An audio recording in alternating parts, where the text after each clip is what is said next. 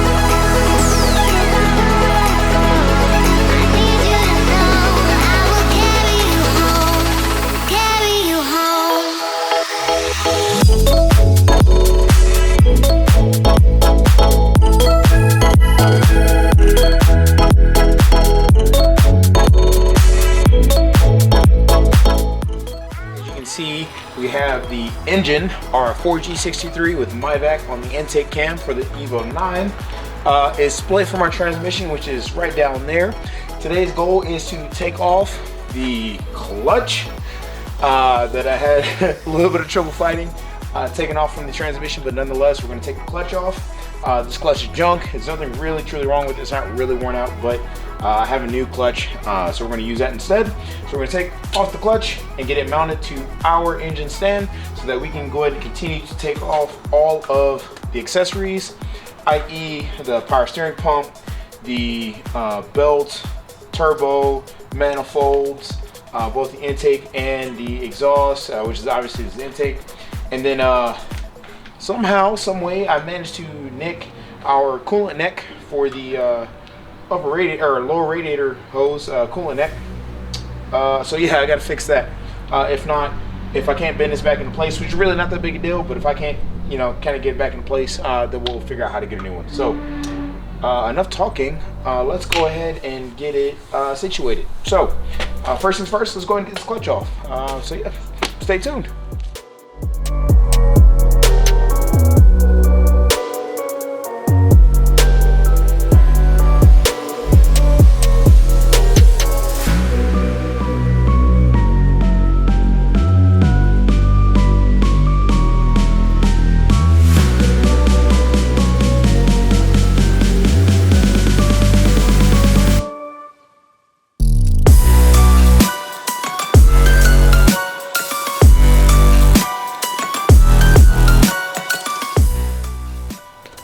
Okay, so before I go too much further, I just want to point out the fact that if you're installing a clutch, don't over tighten bolts. So what you're looking at right here See if I can get you guys a little closer to it.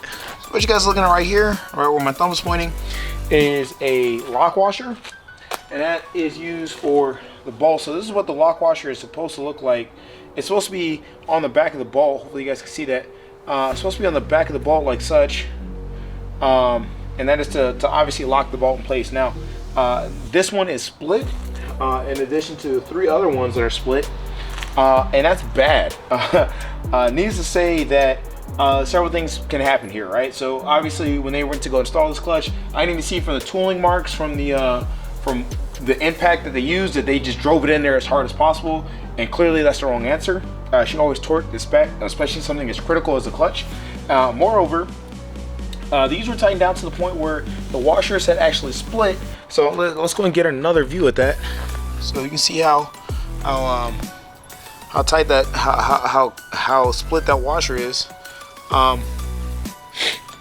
The reason why that's so bad is because had these not been sandwiched between the bolt, a couple things could have happened. A, this could have flung out and caused some damage. It could have gotten caught inside the actual pressure plate and the clutch faces themselves, which could have caused something catastrophic to happen, meaning the clutch could have gone, which could have caused further damage down the drive line. But more importantly, or not even more importantly, just another thing that could have happened is that this could have just flew off from the drivetrain, spun around and caused some nicks and things inside the bell housing and falling out. Nothing happened, except then the bolt would still be in place, and that bolt could have backed out, giving uneven pressure to the pressure plate themselves and mounting to the clutch, and cause further damage, which if you really want to catastrophize it, unbalanced clutch here could cause something unbalanced inside the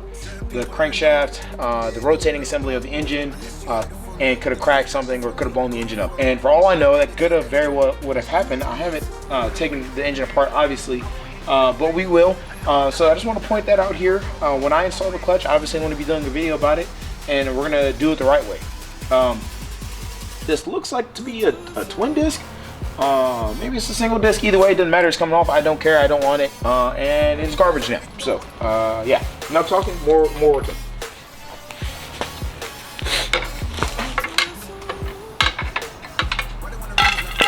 Oh, hang on there. Gotta put my ear pro back in. Ear pro being my music. I always put on music.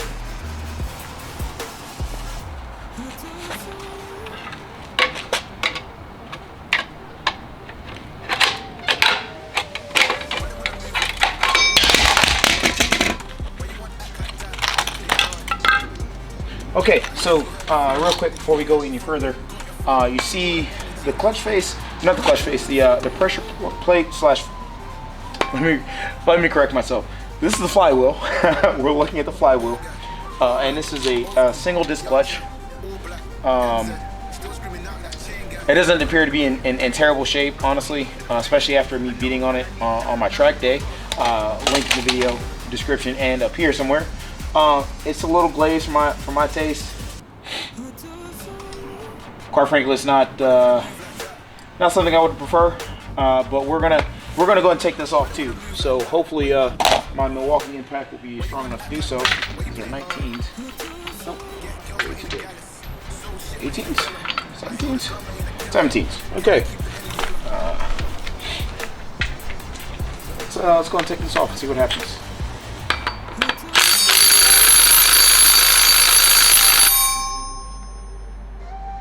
Might have to break out the big guns on this one. So also, these really aren't supposed to be torqued that heavily, and the fact that this impact, which is rated at like 250 foot-pounds of torque, is not breaking these out is a bit of an issue. So let's try the air impact and see if that'll work.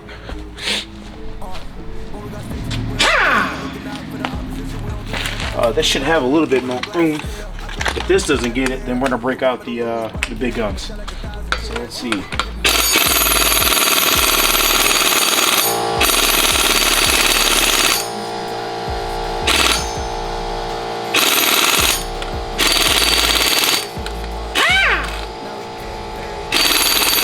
nothing. Okay, so bam, look at that. air impact. Hopefully this one breaks loose and not have to bring out the big electric one. And I kind of don't want to do that because I'm worried about stripping out bolts. So let's see how this goes. There it goes. And notice I'm going to go in a cross pattern just to take it out. Just like I would if it were getting tightened up.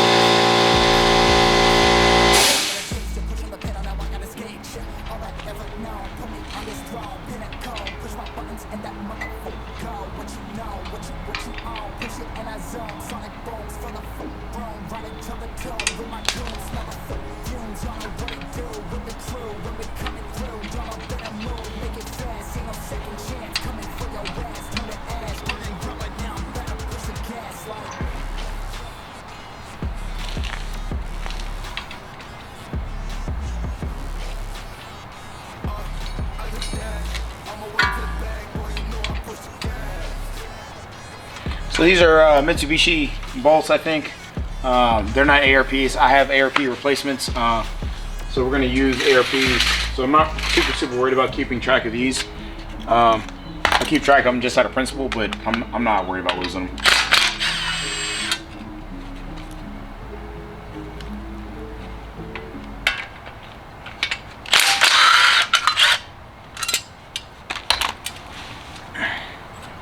Okay, so let me go ahead and give you guys a better camera angle.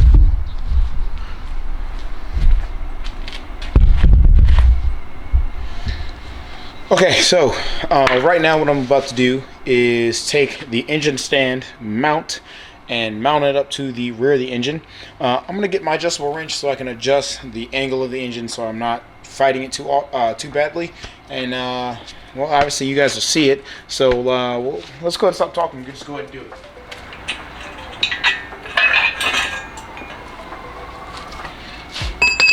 Okay, so fun fact, when you're doing like you're mounting engines, it's easier to go ahead and mount the spindle to the engine itself before you know, that way you can kind of figure out exactly how and where you're mounting stuff before you try to wrestle it onto the engine stand itself. And these bolts here that are actually mounting to the base plate for the spindle don't have to be super tight. Obviously you want to tighten them down once you get the engine mounted, but you want them a little loose just so that you can mount the engine. Okay, so right now in order to mount this, I'm going to kind of preset everything just so I can kind of see where everything's supposed to land prior to me actually mounting it. So I have my hardware here, so I'm just gonna take my bolts. So I got this hardware from Home Depot, from Lowe's. Ideally you would get it specific to your engine.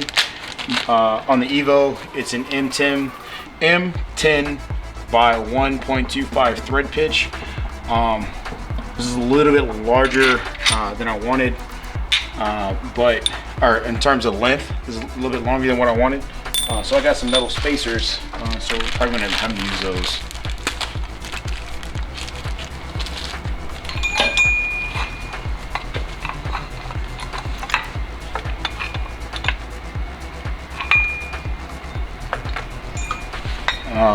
So kind of made the mistake here of putting these bolts on there, so I'm just going to go ahead and take these off and get these out of the way, especially because we're not reusing them.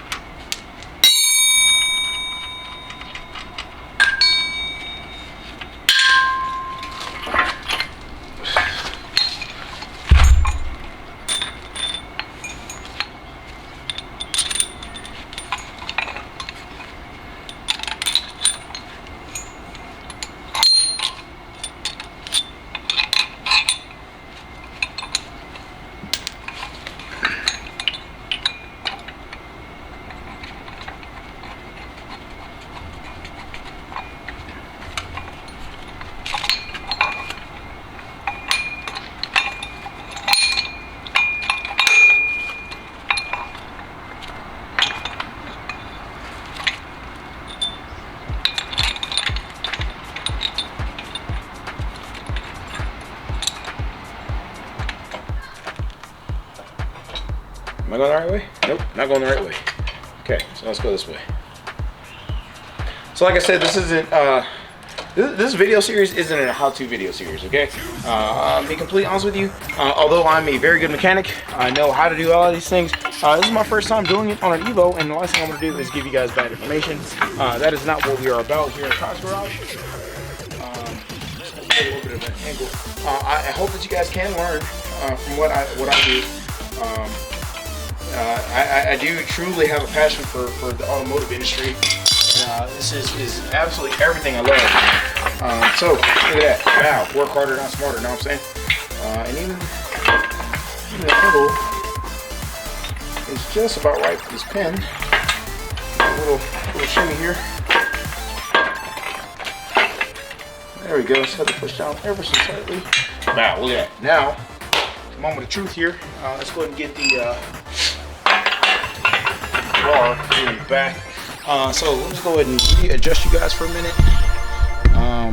Now, I hope you guys can forgive me. My workspace is a little bit messy here, mainly because of work and time. I just haven't had much of it. And even though this car is my fun car, I do want to get this car running as quickly as possible. Now, clearly, I forgot to put the oil pan drain plug in there. So I'm dripping oil all over my driveway, but that's okay. That's what pressure washers are for. So we are going to take off the engine stand, or I'm sorry, the engine crane hoist mounts, and we're going to go ahead and get these out of the way. Okay, sorry about that. So yes, this is a build series. However, this isn't a build series of how to do the things that I'm doing to my Evo. This is more so me using this as a creative outlet to chronicle my ups and downs and just show the realness of what it is to build a car.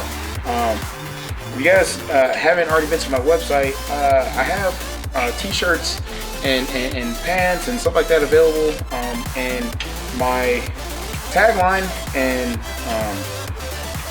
my ethos, so to speak, is the soul of the build, right?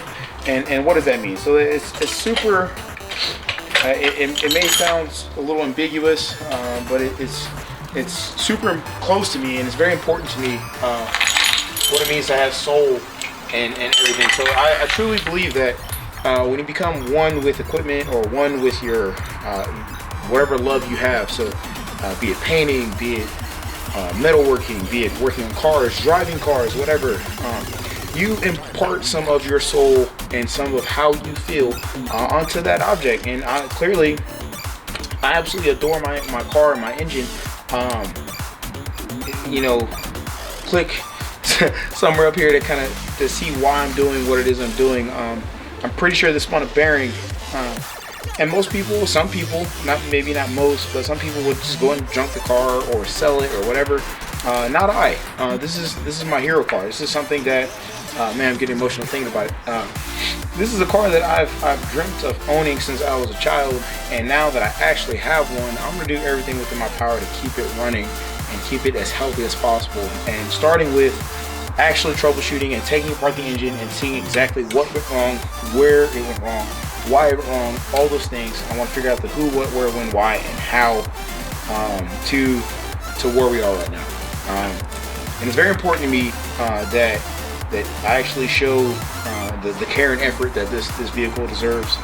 It served its previous owner very well and served me well thus far, and I want to have a good, phenomenal service life. And I'm honestly building my whole brand around it. So that is what I mean by soul of the build. It has its character, it has its quirks, it has what it is and who it is, or whatever you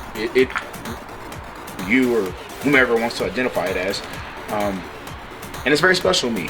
So now that we have it mounted up, let's go ahead and move the engine crane out of the way. Now we get to clean up. So I'm going to take the crane down, disassemble it only slightly to get it out of the way a little bit, clean up my area. Now, if you guys haven't figured it out by now, cleaning this is king. When you're working, yes, this looks like a mess, but it is an organized chaos. And I only have a 2-car garage, and I just moved here. So You can only imagine the struggle that I'm having to endure. But I'm very fortunate to have the space that I have, so I'm going to utilize it as best as I can. So anyway, enough talking.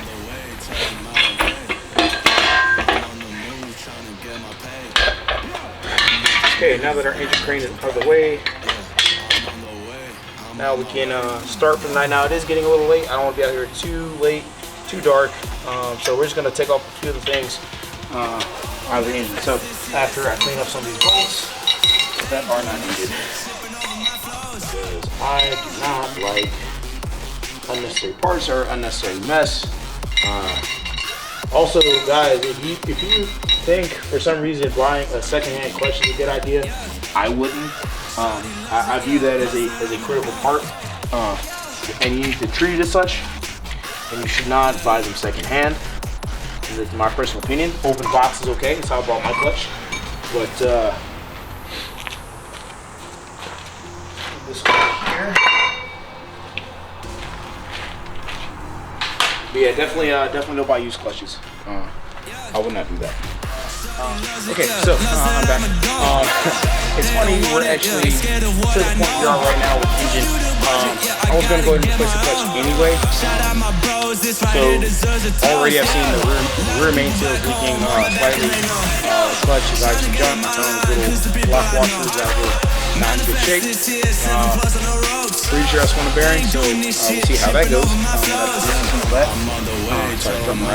And there's some modifications I want to do anyway, some reliability mods, and some kind of quote-unquote free breathing mods, meaning we're going to port and polish the intake. More so port it, you don't really need to polish it because it's turbo car. And same thing with the exhaust manifold. Click somewhere around here, you can see my unboxing video, my Primal 520 DP. I'm not sponsored. Hopefully I will one day. Primal, if you're listening, I'd love to be sponsored. Shameless plug. And hopefully at some point in time in the near future I can practice my TIG skills to the point where I can actually make a tubular manifold for this car. Tubular manifolds are really good for race applications, and it's basically all the cars that we're going to go see is the racetrack and some shows every once in a while. So I'm rambling again. Let's go get back to work.